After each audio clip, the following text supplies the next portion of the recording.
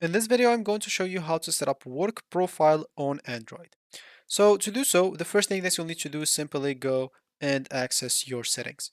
So go ahead and open your settings wherever they are in your Android.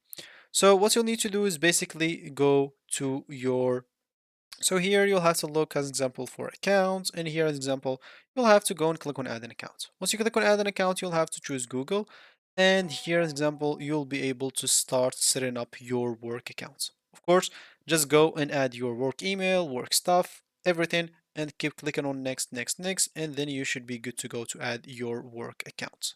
Other than that, as example, so you may also go and click on Google here. And as you can see, you find here Google stuff.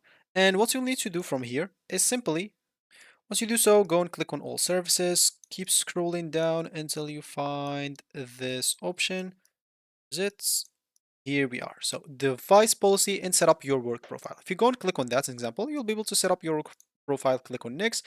And as you can see, so they will download some stuff and you will have to follow the step by step from there.